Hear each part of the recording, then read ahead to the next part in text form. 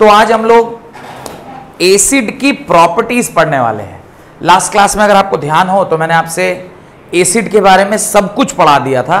Acid किसे कहते हैं, classification of acid, types of acid, उसके अंदर ऑर्गेनिक एसिड, इनऑर्गेनिक एसिड और लगभग सारे तरह की चीजें हमने पढ़ ली थी। दो और एक तरीका होता है एसिड या बेस को डिफाइन करने का, पर उसको हम लोग एसिड बेस पढ़ने के इकट्ठे बाद में पढ़ लेंगे। एक है कंसंट्रेटेड और डाइल्यूट, तो ये भी एक तरह का एसिड है, तो वो बेस में भी आता है, तो इकट्ठे दोनों को पढ़ लेंगे क्योंकि कंसंट्रेशन और डाइल्यूशन एक अलग से टॉपिक है। और स्ट्रॉन्ग और वीक वो पढ़ेंगे डिग्री ऑफ डिसोसिएशन में। तो इसलिए ये दो चीजें मैंने नहीं पढ़ाई थी लास्ट क्लास में, इसलिए नहीं पढ़ाया था क्योंकि डिग्री ऑफ डिसोसिएशन एक टॉपिक पढ़ेंगे, वहां पे फिर मैं आपको वो दोनों कॉन्सेप्ट करवा दूंगा। आज हम लोगों को देखना है प्रॉपर्टीज ऑफ एसिड। इसके अंदर पहला है फिजिकल प्रॉपर्टीज, तो आप लिखिए physical properties of N acid. Physical property of N acid क्या है? फिजिकल प्रॉपर्टी एसिड की, तो इसके अंदर जो पहला पॉइंट आता है that is the first point जो इसमें आता है वो ये है कि ये सबसे पहला तो ये शावर टेस्ट का होता है। तो पहली प्रॉपर्टी लिखिए, acid have generally sour taste. Acids have generally sour taste. तो इसका जो टेस्ट होता है वो खट्टा होता है। वो कैसा होता है? खट्टा होता है। दूसरा, acids are good conductor of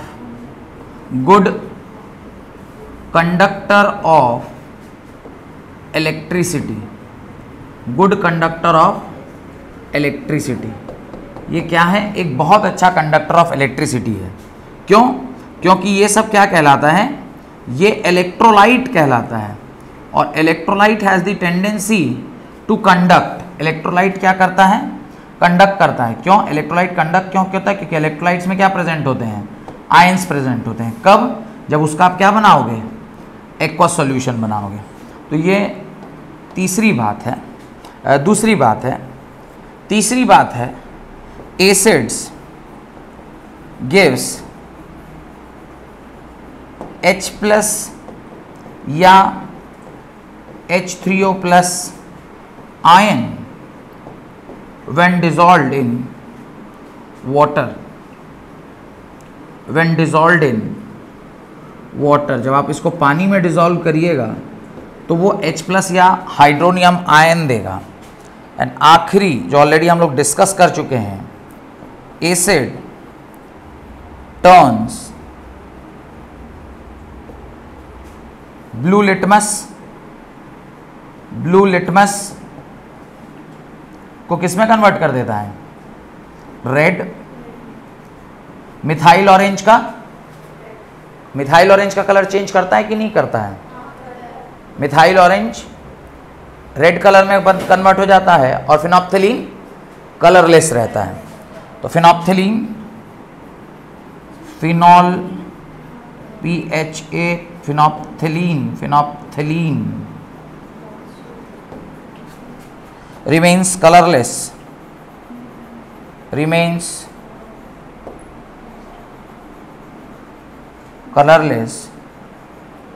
and methyl orange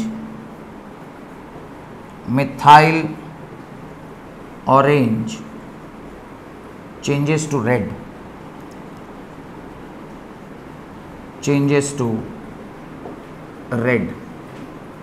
तो ये आपकी कुछ बेसिक प्रॉपर्टीज हैं जो कि फिजिकल प्रॉपर्टी हैं। इन सारे में सब फिजिकल प्रॉपर्टी की हम बात कर रहे हैं। ये H प्लस आयन देता है, ये एक अच्छा कंडक्टर है इलेक्ट्रिसिटी का, इसका टेस्ट शावर होता है, गुड कंडक्टर ऑफ इलेक्ट्रिसिटी है जब H प्लस और H3O प्लस देता है, और ब्लू टू रेड, ये लिटमस पेपर को क्या करता है? ब्लू को रेड में कन्वर्ट करता है। ये तो हो गई सारी इसकी physical properties. Now right, chemical properties. Now write chemical properties of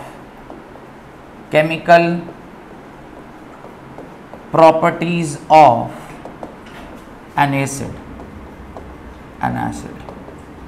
आपको क्या अगला लिखना है कि केमिकल प्रॉपर्टीज क्या क्या है। तो इसके अंदर कुल मिला के कुछ 4-5 प्रॉपर्टीज हैं। पहला प्रॉपर्टी है right acid when react with metal, acid when react with metal, it gives acid when react with metal, it gives metallic salt, metal salt, और साथ में आपको क्या मिलेगा, हाइड्रोजन गैस। तो आप स्टेटमेंट में लिखिएगा acid when react with metal it gives metal salt along with hydrogen gas। इसकी कुछ उदाहरण भी आप लिख सकते हैं। Zn की रिएक्शन आप करा दो HCl के साथ, HCl एसिड है, इसकी रिएक्शन आप करा दो Zn के साथ, क्या होगा, ये ZnCl2 बनाएगा और साथ में आपको क्या मिलेगा, H2 गैस मिलेगा। बैलेंसिंग कर लीजिएगा आप लोग खुद से, बैलेंसिंग कर लीजिएगा। मान लीजिए एक दूसरा एसिड है H2SO4, ये भी एक एसिड है, इसकी रिएक्शन आप करवा दो Mg के साथ, Mg के साथ करवा दो। Mg के साथ इसकी रिएक्शन आप करवाओगे, आपको मिलेगा MgSO4 एक्वस और साथ में क्या मिल जाएगा, H2 गैस। आप और एक एग्जांपल ले लो, कोई भी जिसके अंदर अलग सा कोई गैस ले लो आप। अच्छा, हाइड्रोजन गैस को हम लोग पता कैसे करते हैं कि हाइड्रोजन गैस पैदा हुआ है?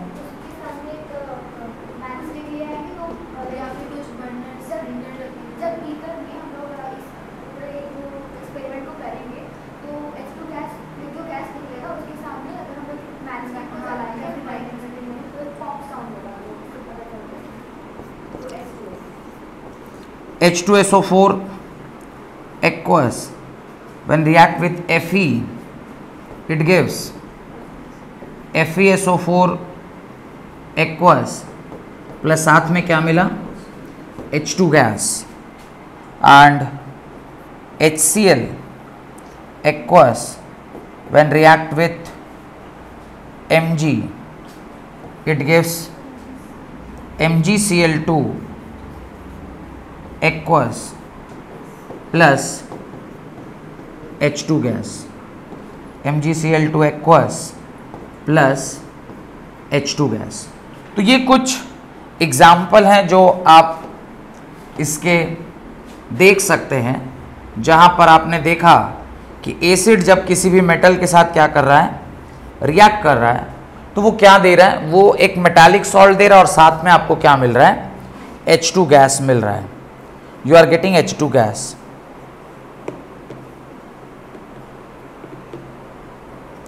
डन।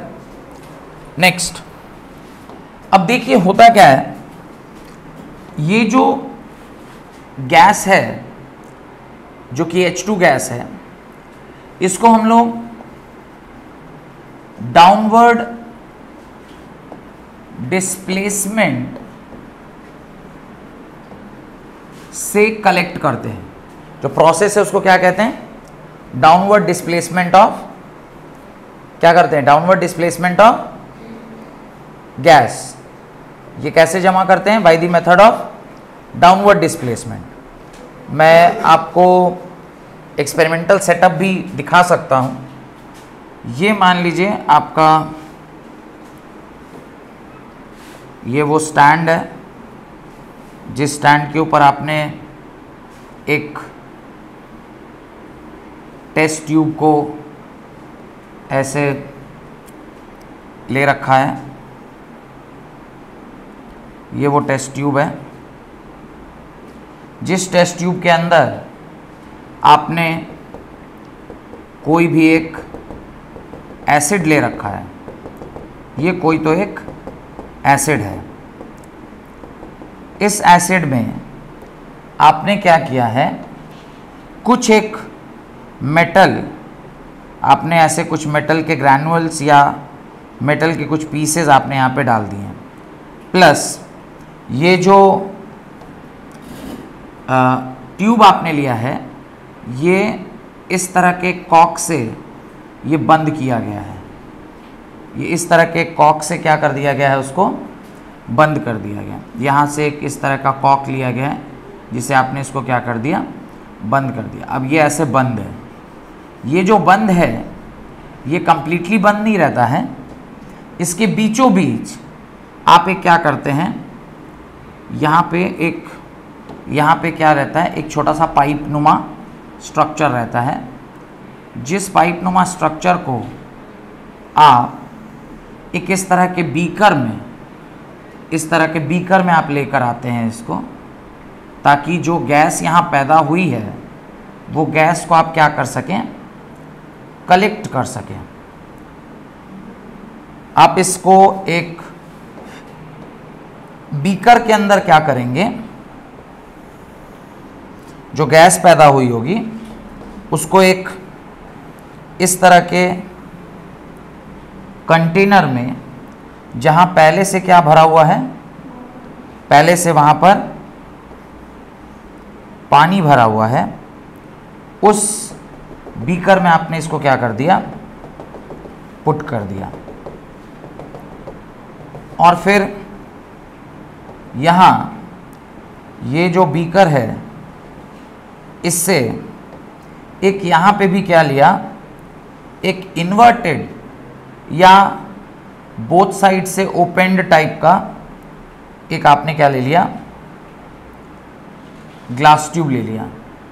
यहाँ पे अभी इसको क्लोज करके रखे हैं।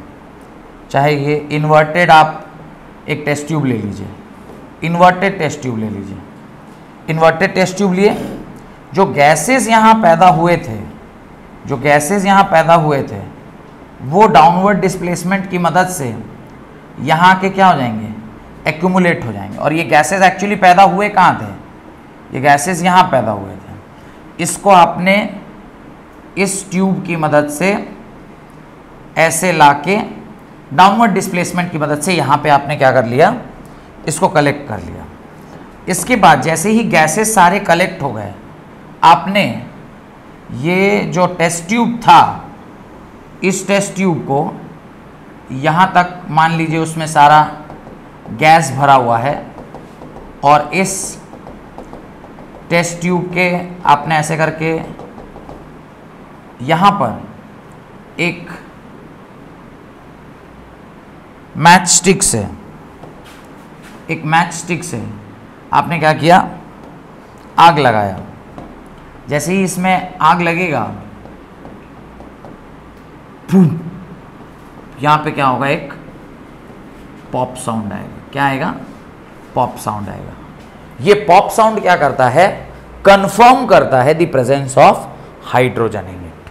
क्लियर, फोटो बना लीजिए। And this is called as downward displacement. इसी को बोलते हैं डाउनवर्ड डिस्प्लेसमेंट ऑफ वाटर। ये फोटो बना लीजिए, एग्जाम में इसके ऊपर क्वेश्चन पूछता है।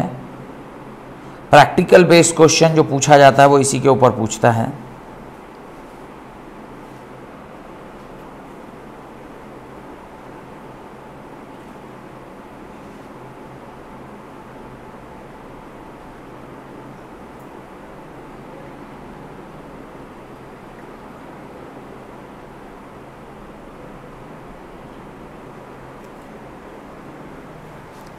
तो this is downward displacement.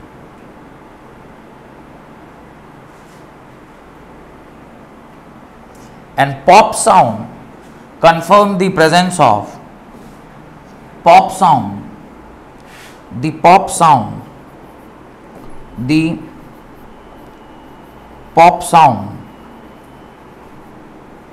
confirms the presence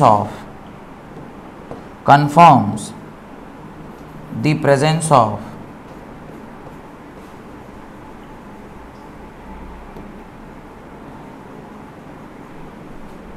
presence of hydrogen in it, presence of hydrogen in it.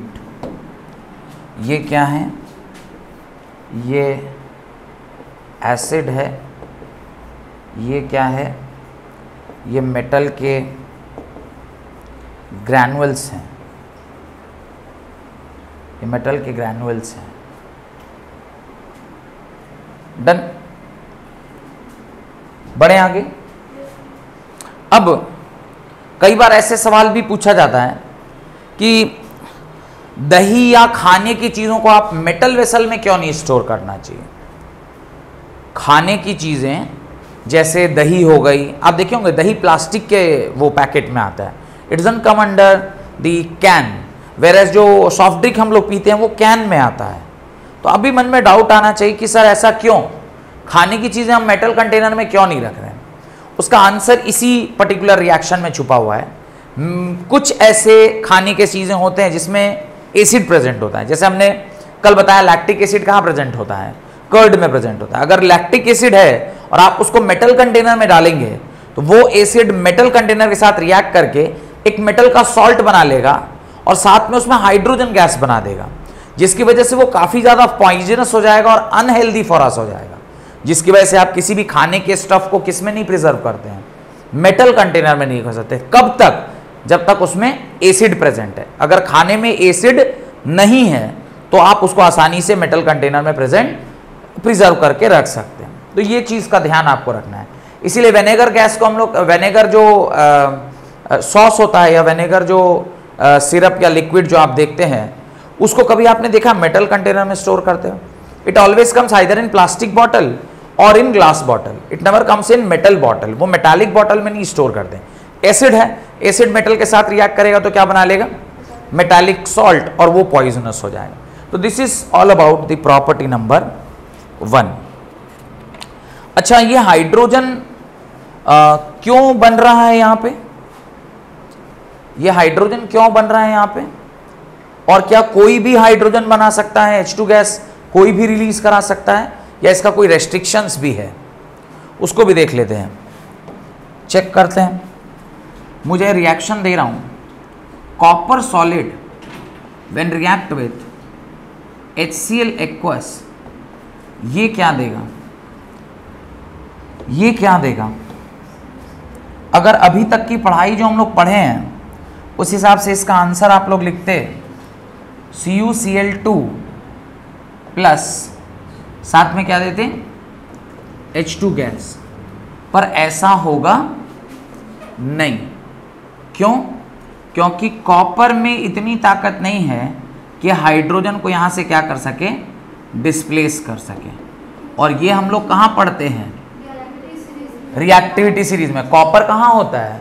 Hydrogen के नीचे।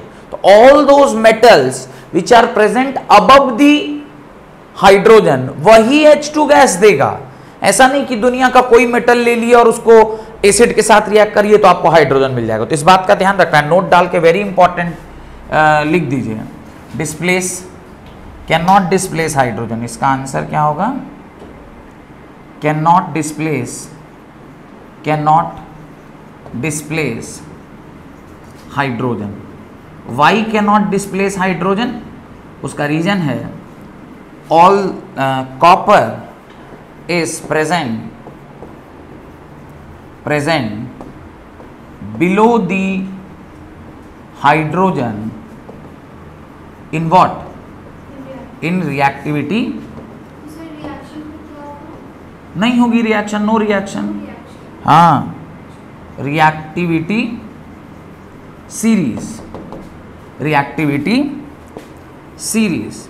तो रिएक्टिविटी सीरीज में ये हाइड्रोजन जो है वो copper is present below the hydrogen reactivity, therefore copper can not replace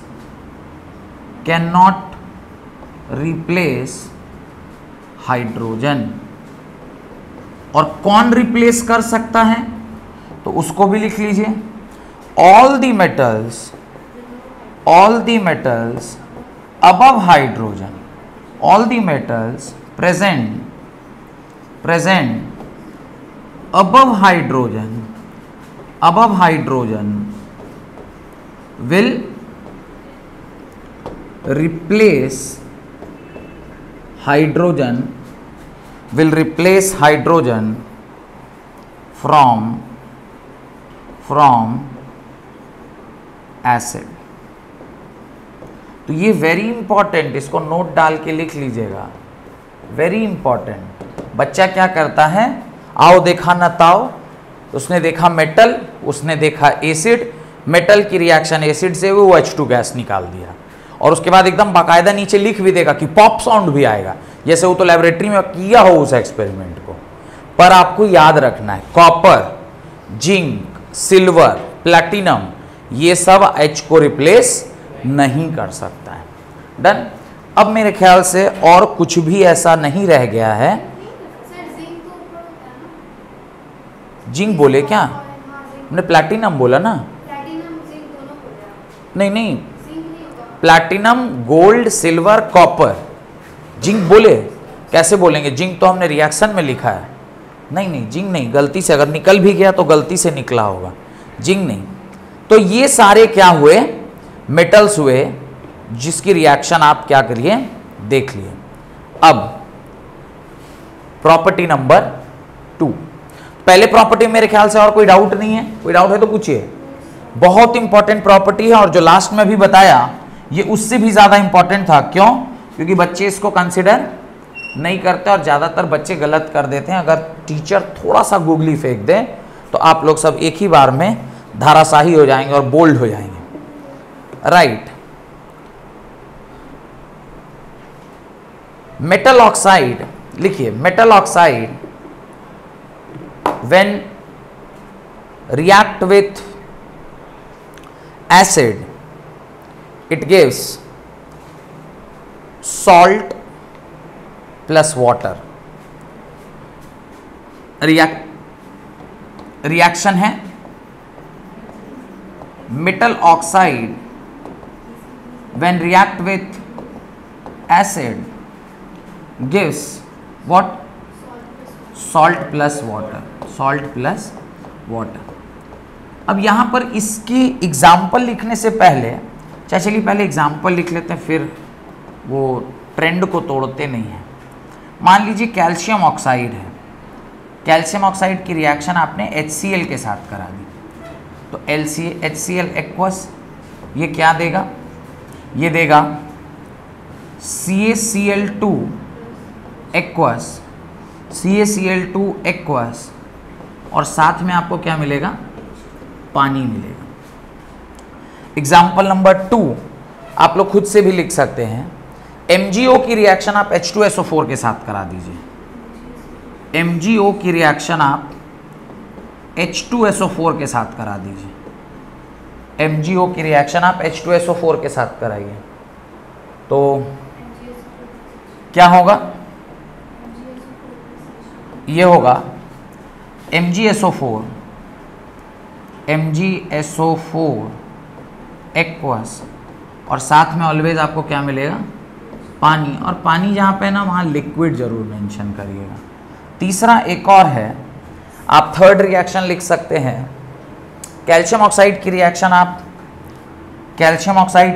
आप कराइए।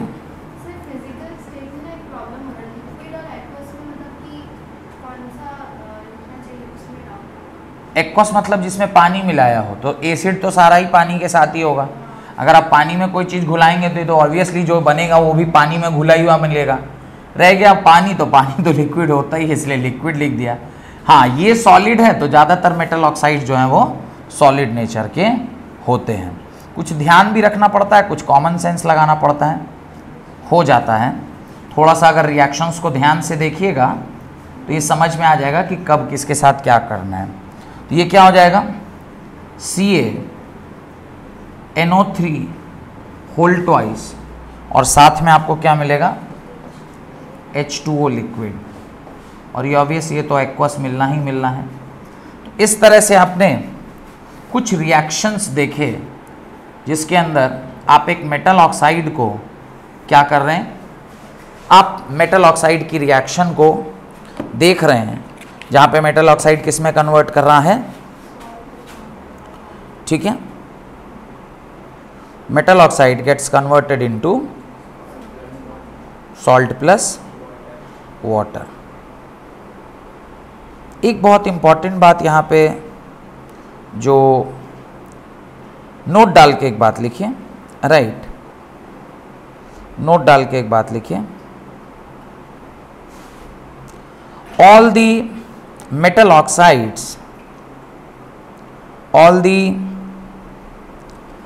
oxides are basic in nature. Very important, all the metal oxides are basic in nature. All the metal oxides are basic in nature.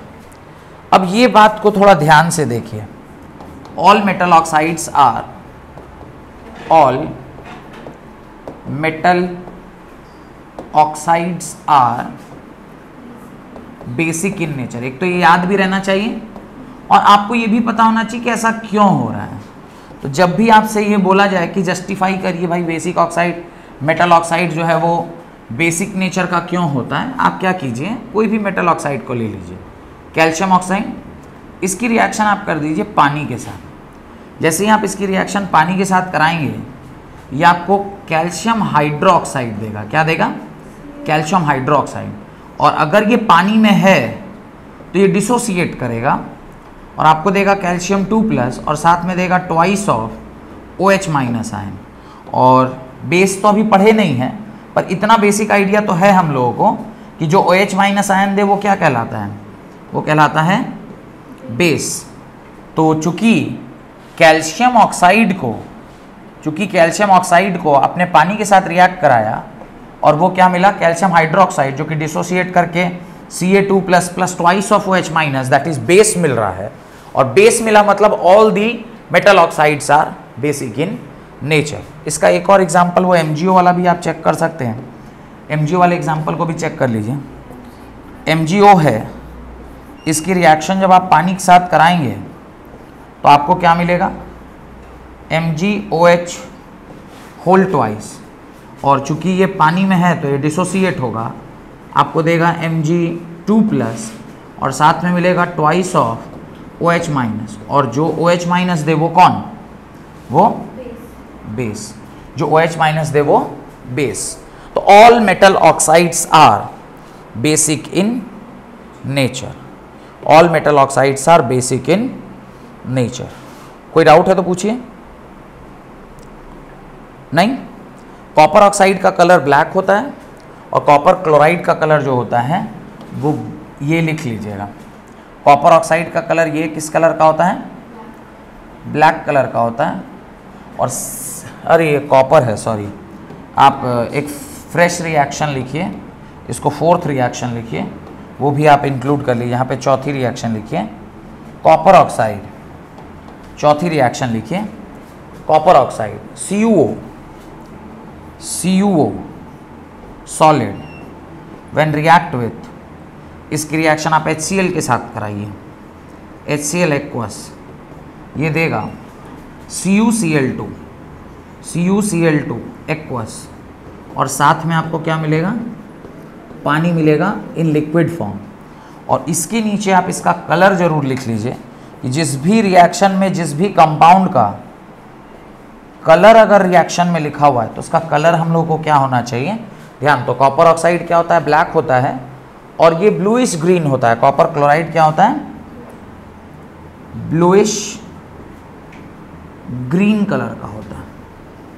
तो जिसका भी colour आपको दिया रहे reaction में, वो कलर को जरूर से लिख लेना चाहिए।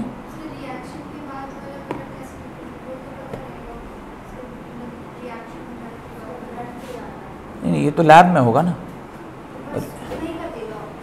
जो एनसीईआरटी में जिस भी रिएक्शन का कलर दिया है वो रटा हुआ होना चाहिए। इसका और कोई उपाय नहीं है कि मतलब कुछ टेक्निक है जिससे याद रखा जा सकता है। अब लाल फूल गुलाब का फूल लाल ही क्यों है, ये कोई जस्टिफिकेशन नहीं है। सारा दुनिया उसको लाल देख रहा है तो लाल है। कोई बोले नहीं नहीं कैप्सिकम जो है वो ब्लू भी होता है, तो जो आज तक नहीं देखा होगा ब्लू कैप्सिकम वो जाने बोले पागल हरा रंग का होता है, कोई बोले नहीं हम तो येलो भी देखे हैं, कोई बोलेगा हम लाल भी देखे, कोई बोला ब्लू भी देखे।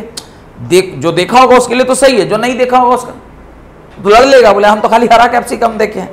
तो जो देखा, अब जो देखने की चीज जो रिएक्शन में हो रहा है, जो लैबोरेटरी में हो रहा है, उसके ऊपर मेरा और आपका कंट्रोल तो है नहीं, वो तो जो है सो है, जो है सो है, उसको तो याद ही रखना पड़ेगा, उसका कोई उपाय नहीं है। तीसरा एक वो है प्रॉपर्टी है, लिखिए metal when react with metal when react with metal carbonate, sorry acid when react with metal carbonate, ये हो गया ना 2 नंबर। बढ़ूं आगे, प्रॉपर्टी नंबर 3 है, क्या है property number 3? Metal, sorry acid react करेगा ना, हाँ acid when react with metal carbonate, तो क्या होगा? Acid when react with metal carbonate, तो ये क्या देगा? एक तो मेरे ख्याल से ये सॉल्ट ही देना चाहिए, एक तो ये सॉल्ट देगा, साथ में मुझे लगता है CO2 देगा, और मुझे लगता है उसके साथ पानी देना चाहिए, इसको कार्बोनेट है तो पानी देगा, H2O देगा, ये इसको देना चाहिए। अब आप बोलिएगा सर आप कैसे सोच पा रहे हैं कि इसको देना चाहिए? अभी देखते हैं। कोई भी एक एसिड ले लीजिए, जैसे मैं HCl ले लेता हूँ और इसकी रिएक्शन मैं करवा देता हूँ। HCl लिया तो एक तो इसको एक्वस में लीजिए, और कोई भी एक कार्बोनेट ले लीजिए, मान लीजिए मैं सोडियम कार्बोनेट लेता हूँ, सोडियम का कार्बोनेट, ठीक है। अब इसकी रिएक्शन करवा रहे हैं तो तोड़ते हैं। रिएक्शन जब भी लिखी जाती है ना, खास करके आयनिक रिएक्शन, तो उसको तोड़ लीजिए। उसके किस में तोड़ लीजिए? आयंस में तोड़ लीजिए। आयन में तोड़िएगा तो ये हो जाएगा Na+ और ये हो जाएगा CO3 2-। कोई दिक्कत? यहाँ पे जब आपने इसको तोड़ा तो एक चीज़ तो क्लियरली दिख रहा है कि यहाँ सॉल्ट NaCl ही बनेगा, तो मैं यहाँ सॉल्ट तो पहले NaCl लिख देता हूँ, तो सॉल्ट NaCl बन गया। उसके बाद H और ये अगर रिएक्ट करेगा तो क्या देगा? H2CO3। क्या देगा? H2CO3।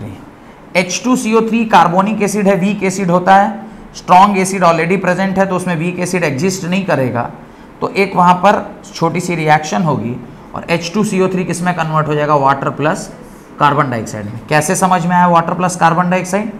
CO3 है, CO3 में से CO2 एक तरफ रह गया तो एक ऑक्सीजन बच गया और H2O आपस में मिल गया, तो ओवरऑल रिएक्शन में आपके पास क्या मिला? H2O प्लस कार्बन डाइऑक्साइड, और ये कार्बन डाइऑक्साइड गैस है और ये लिक्विड है। क्या बोले? ये H2CO3 होता है ना, ये कभी भी डिसोसिएट करेगा तो ये हमेशा वाटर और कार्बन डाइऑक्साइड देता है। ये मुझे इसलिए भी पता है क्योंकि मैं केमिस्ट्री क्लास 12th भी पढ़ाता हूँ, तो ऑर्गेनिक केमिस्ट्री में हम लोग पढ़ते हैं कि कार्बनिक एसिड जो होता है वो जब भी डिसोसिएट करता है तो वाटर प्लस कार्बन डाइऑक्साइड देता है, तो हम लोग को पता है। अब जैसे आज मैंने आपको बता दिया, अब किसी भी रिएक्शन में जहां पे H2CO3 बन रहा होगा तो आपको तो एक क्लिक करना चाहिए कि H2CO3 अगर बना है मेरे रिएक्शन में तो 100% मुझे पानी और कार्बन डाइऑक्साइड तो मिलेगा ही मिलेगा, ठीक है। तो ये आपको अब ध्यान रखना अभी के बाद से। तो ये सिंपल सी रिएक्शन है, और कैसे मैंने निकाला? मैंने इसके आयनिक फॉर्म में इसको चेंज कर लिया, और आयनिक फॉर्म में चेंज करके मैंने अब ये डिसोसिएशन लिखूं या मिटा दूं? इसे समझ में आ गया ना? तो इसकी अब आवश्यकता नहीं, ठीक है। चलिए तो अगले पेज पर देख लेते हैं, बाकी एक आध रिएक्शन और कर लेते हैं। जैसे कुछ रिएक्शन नंबर 2, कुछ मेटल्स के और रिएक्शन बताइए, कोई भी बोलिए। आपने एक एसिड H2SO4 की रिएक्शन आप करवा दो, इसकी रिएक्शन आप करवा दो किसके साथ? Al2CO3, ठीक है। चलो यही करवाते हैं। तो Al2CO3 के साथ ये तो बनेगा Al2SO4 होल थ्राइस, ये तो सॉल्ट बन गया।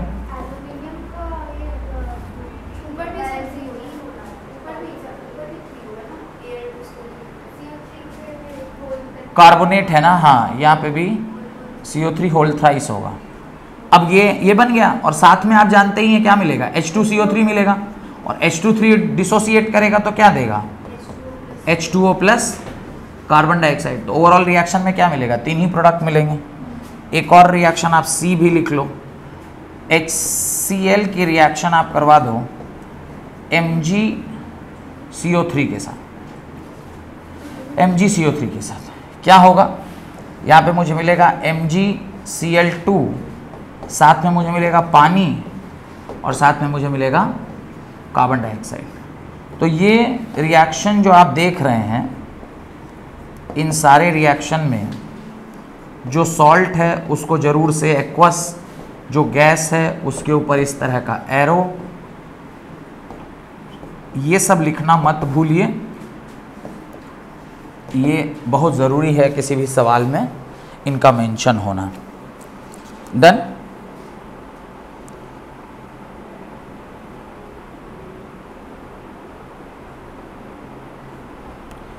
अब इसकी कंफर्मेशन कैसे मिलती है, how do we confirm the presence of carbon dioxide gas.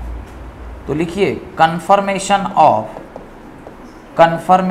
Of, क्योंकि गैस तो इनविजिबल होता है, वो तो रिलीज हुआ तो पता कैसे चलेगा, तो कंफर्मेशन ऑफ CO2 गैस कैसे करेंगे, तो कुछ पढ़े हैं कंफर्मेशन ऑफ CO2 गैस कैसे मिलता है हमें, it turns line water milky.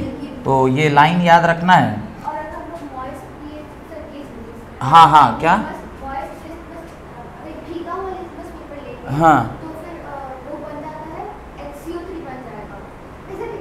Carbonic acid बनेगा और वो ब्लू को रेड में चेंज कर देगा। हाँ, तो ये ज़्यादा विजिबिलिटी में दिखता है, तो ये वाला पहले लिख लेते हैं कंफर्मेशन ऑफ CO2। चलिए आपने बताया है तो वो भी लिख लेंगे। CO2 gas turns line water milky. CO2 gas क्या करता है, लाइम वाटर को मिल्की बना देता है। What is lime water, lime water होता है calcium hydroxide CaOH whole twice, इसको क्या कहते हैं, लाइम वाटर कहते हैं। ये सब लिख लीजिएगा, लाइम वाटर।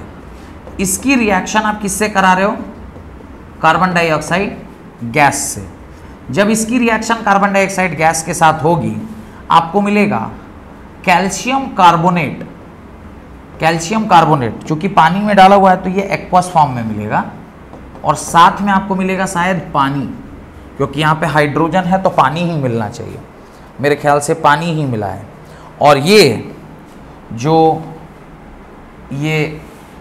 CaCO3 मिला है, यही किस कलर का होता है, मिल्की कलर का होता है। तो आपने लाइम वाटर में जब क्या ऐड किया, CO2 ऐड किया, तो उसने उसको किस में कन्वर्ट कर दिया, मिल्की में कन्वर्ट कर दिया। Done.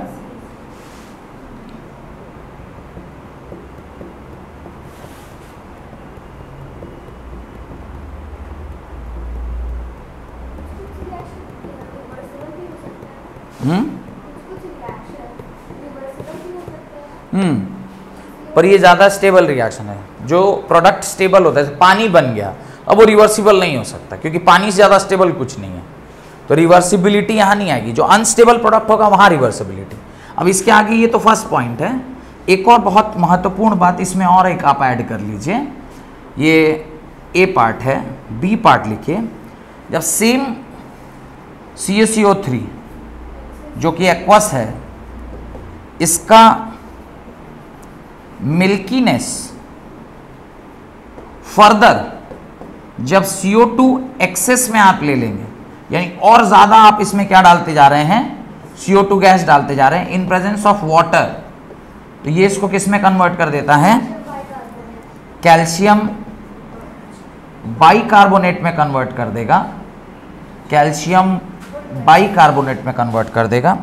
This is calcium bicarbonate, calcium bicarbonate. और कैल्शियम बाइकार्बोनेट जो होता है वो कलरलेस होता है, वो क्या हो जाता है, कलरलेस होता है। ये कलरलेस या ये मिल्कीनेस क्या हो जाएगा, डिसअपियर कर जाएगा या कलरलेस हो जाएगा। ये किस तरह का होता है, कलरलेस, ये कलरलेस हो जाएगा। तो ये बात सब ध्यान रखिएगा कि ऐसा नहीं कि कार्बन डाइऑक्साइड डालते गए, इतना ज़्यादा मात्रा में डाल दिए कि वो जो मिल्कीनेस टेस्ट था वही नहीं मिल पाया, आपको इनसॉल्युबल कलरलेस सब्सटेंस आपको मिल गया। तो कलरलेस सब्सटेंस मिला तो फिर तो आपका खेला गड़बड़ हो गया, आपको तो समझ में ही नहीं आया भैया क्या हुआ उसके अंदर। ठीक है,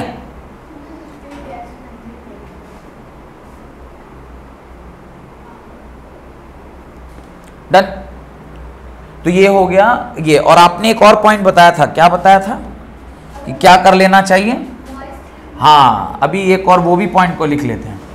कह रहा है कि अगर CO2 गैस है, कहीं से रिलीज हो रहा है, और आपने इसमें ब्लू लिटमस सॉल्यूशन या पेपर जो भी लीजिए, मान लीजिए मैं पेपर ले रहा हूं, तो ये पेपर कैसा होना चाहिए? ये वाटर डिप्ड पेपर होना चाहिए, वाटर डिप्ड पेपर होना चाहिए। वाटर डिप्ड होगा तो क्या होगा? ये CO2 गैस जब H2O के साथ रिएक्ट करेगी, H2O लिक्विड के साथ रिएक्ट करेगी, ये H2CO3 एक कार्बोनिक एसिड देगी। कौन सा एसिड देगी? Carbonic acid. और कार्बोनिक एसिड जो है वो ब्लू लिटमस को किस में चेंज कर देगा? This will change the blue colour to red. तो ये this blue litmus will change to red due to the presence of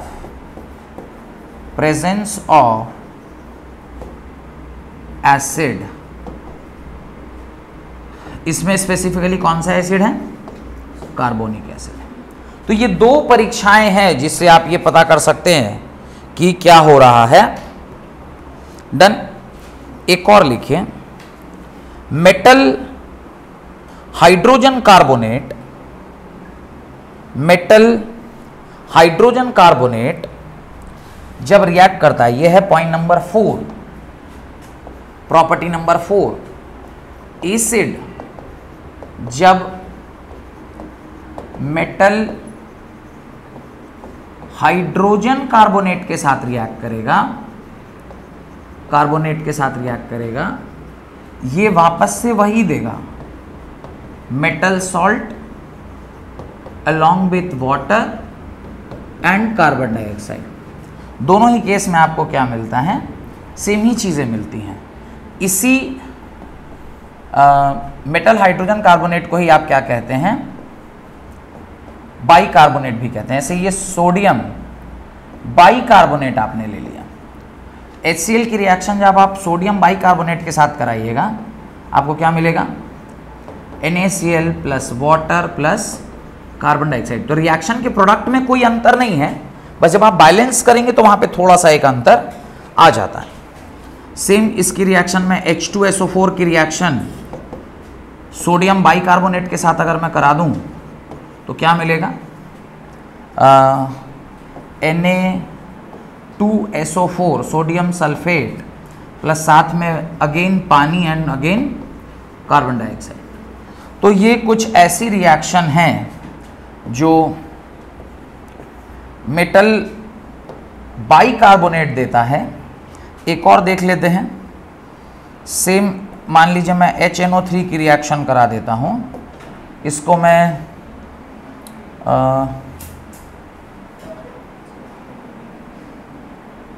sodium के ही बाइकार्बोनेट से करवाता हूं। मान लीजिए मैं इसकी रिएक्शन करवा रहा हूं, मुझे क्या मिलेगा?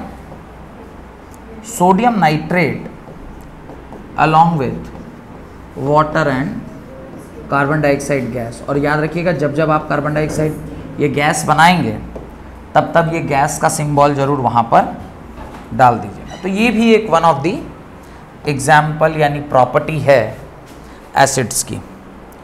मेरे ख्याल से लगभग सारी प्रॉपर्टी मैंने करवा दी है। एक और प्रॉपर्टी है न्यूट्रलाइजेशन रिएक्शन की। लिखिए point number 5 neutralisation reaction. What is neutralisation reaction? Neutralisation reaction क्या है? ये हम लोग बचपन से पढ़ते आ रहे हैं। जब कभी भी आप किसी एसिड की रिएक्शन बेस से कराते हैं तो ये आपको क्या देता है? सॉल्ट प्लस वाटर देता है। कोई भी आप उदाहरण में एक एसिड ले लें और उसकी रिएक्शन आप दिखा दें। HCl की रिएक्शन जब मैं NaOH के साथ कराऊंगा आपको क्या मिलेगा? NaCl along with water। जब आप H2SO4 की रिएक्शन MgOH होल ट्वाइस के साथ कराएंगे आपको क्या मिलेगा? MgSO4 साथ में क्या मिलेगा? पानी।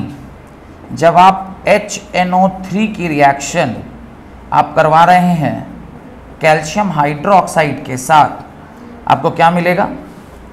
कैल्शियम नाइट्रेट साथ में क्या मिलेगा? पानी। ये सब वाटर जो आपको मिल रहा है ये सब। अब यहां पर एक चीज और देखने वाली है कि ये जो सॉल्ट मिलता है, ये जो सॉल्ट्स मिल रहे हैं आपको, इन सॉल्ट्स का नेचर कैसा है वो डिपेंड करता है कि आपने जो एसिड और बेस लिया है उसका स्ट्रेंथ क्या है। एसिड और बेस जो लिया है उसका स्ट्रेंथ क्या है। उसी स्ट्रेंथ को लेकर हम लोग अगली क्लास में एक नया टॉपिक पढ़ेंगे जिसका नाम है strong and weak acid. Strong and weak acid, तो हेडिंग डाल लीजिए स्ट्रॉन्ग एंड वीक एसिड। और उसी स्ट्रॉन्ग और वीक एसिड के अंदर ही एक टॉपिक पढ़ेंगे जिसका नाम है डिग्री ऑफ डिसोसिएशन, तो वो भी वहीं पढ़ लेंगे। प्लस अगली क्लास में ये भी याद दिलाइएगा कि जो मैंने आज की क्लास में डिस्कस किया है आपसे कि जब हम लोग पानी को एसिड में डालना चाहिए या एसिड को पानी में डालना चाहिए, तो वो भी एक याद दिलाइएगा मुझे, वो भी डिस्कस करना है। और एसिड जो होते हैं वो कोरेसिव नेचर के होते हैं। क्यों कोरेसिव होते हैं? क्योंकि उसमें बहुत ज़्यादा हीट प्रोड्यूस होता है। अगर बहुत ज़्यादा कंसंट्रेटेड एसिड आपके चेहरे पर गिर जाए तो एक पूरी पिक्चर बनी थी उसके ऊपर। एक तो वो छपाक आई थी जो दीपिका पादुकोण ने, जिसमें वो किया था कि वो एक लड़की के ऊपर एसिड फेंक देते तो मुंह जल जाता था। और एक गंगा जल आई थी बहुत पहले, आप लोग पता नहीं आप लोग देखें कि नहीं देखें, एक गंगा जल करके पिक्चर आई थी। तो वो गंगा जल में भी जो गंगा जल है वो एक्चुअली गंगा जल नहीं था, वो एसिड ही हुआ करता था। तो मतलब जो भी कोई बदमाशी करता था उस पूरे इलाके में उसके ऊपर गंगा जल डाल देते थे। गंगा जल डालना मतलब एसिड डाल देते थे, उसको मार देते थे। बिहार का ये ट्रू स्टोरी है। तो ये कुछ बातें हैं जिसको हम लोग अगली क्लास में और अच्छे से डिस्कस करेंगे एंड देन फिर will move upon the basic part. तो मुझे लग रहा है कि अगली क्लास में भी थोड़ा बहुत एसिड ही चलेगा and then will start the base part. ठीक है, बहुत बहुत धन्यवाद आज की क्लास अटेंड करने के लिए। और हाँ, मेरे वीडियोस अगर आपको अच्छे लग रहे हैं तो प्लीज़ लाइक कीजिए, अपने दोस्तों के साथ इसे शेयर कीजिए और हाँ सब्सक्राइब जरूर कीजिए ताकि कोई भी नई वीडियो मैं डालूं तो उसका नोटिफिकेशन आप तक पहुंचे। Thank you very much.